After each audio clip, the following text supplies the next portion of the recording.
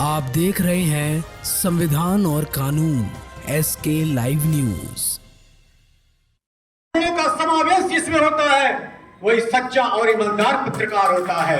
ऐसे पत्रकार को मैं हृदय की गहराई से बधाई देना चाहता हूं, धन्यवाद देना चाहता हूं कि आने वाली पीढ़ी आज की पीढ़ी को याद करे कि ऐसे जुल्मी सितम शासक में रहते हुए भी उन्होंने अपने कलम का इस्तेमाल ईमानदारी के लिए किया, देश हित में किया और समाज हित में किया।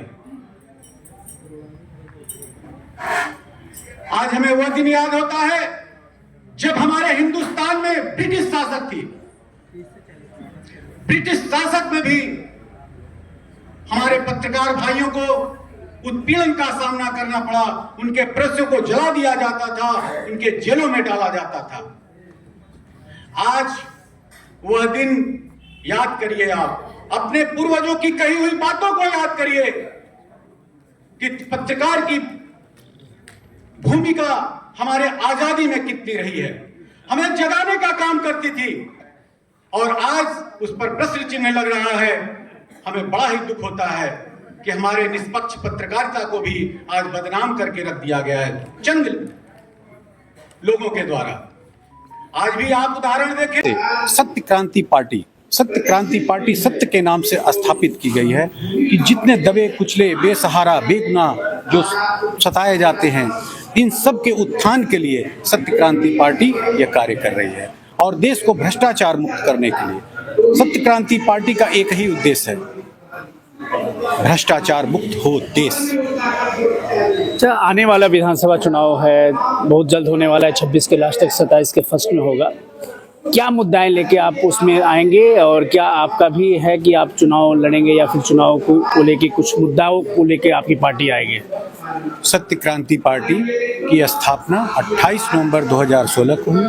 तब से लेकर आज तक जितने भी लोकसभा चुनाव, विधानसभा चुनाव, जिला पंचायत चुनाव, ग्राम सभा चुनाव जितने भी हुए, सभी चुनावों को उन्होंने फाइट किया है और अच्छे दूसरे नंबर पर इन्होंने अपना परचम लहराया है।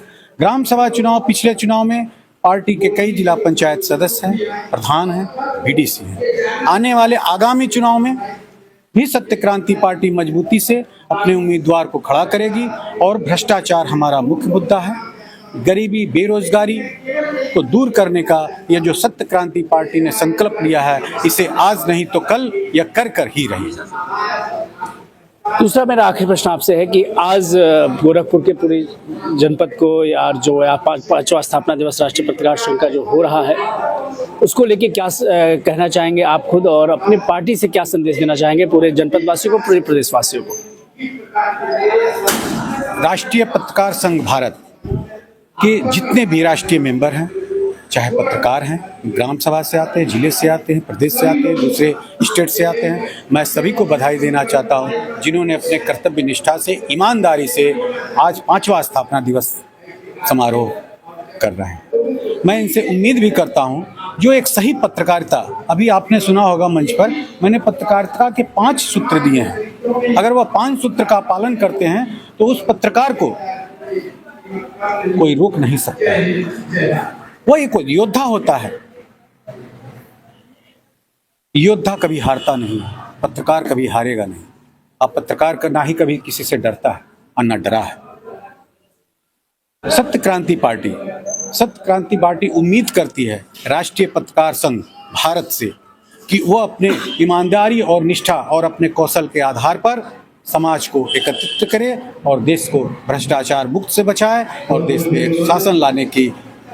जी, एक चीज़ आज हमारे 1 हफ्ते से हमारे पूरे देश में ट्रोल हो रहा है। भारतीय संविधान के प्रारूप कमेटी के अध्यक्ष बाबा भीमराव अम्बेडकर जी की ऊपर जो टिप्पणी गृह मंत्री अमित शाह जी कहे हैं, चारों तरफ देश सपा हो या फिर कांग्रेस हो या अनेक पार्टियां सड़क पे उतर रही है, उसको लेके आप क्या कहना चाहेंगे कि अमित शाह की टिप्पणी के कथन कैसे देश हित में था या देश के हित के लिए था या फिर संविधान के लिए आने में खतरा था? क्या कहेंगे इस पे आप? लोकसभा में हमारे गृह मंत्री श्री अमित शाह जी का बयान बड़ा दुर्भाग्यपूर्ण रहा। भारत का लोकतंत्र बाबा साहब भीमराव अम्बेडकर जी ने लिखा, संविधान को उन्होंने लिखा, उनके ऊपर जो टिप्पणी की वह घोर निंदनीय है। मैं उसकी घोर निंदा करता हूँ। ऐसे शब्द को हमारे गृह मंत्री जी को स्वेच्छा से अपने शब्दों को वापस लेना चाहिए। देश से, संविधान से माफ़ी मांगना चाहिए। हमारे संविधान में हिंसा का कहीं स्थान नहीं है। हमारा संविधान हिंसा पर चलता है, अहिंसा पर चलता है। और गृह मंत्री साहब को मैं पुनः कह रहा हूं कि उन्हें देश से माफ़ी मांगना चाहिए और भारत के गृह मंत्री की साख को बचाना चाहिए कि आने वाला समय प्रश्न चिन्ह ना उठाता रहे। खबरों के लेटेस्ट अपडेट के लिए इसी तरह हमारे साथ जुड़े रहें और इस वीडियो को ज्यादा से ज्यादा शेयर करें।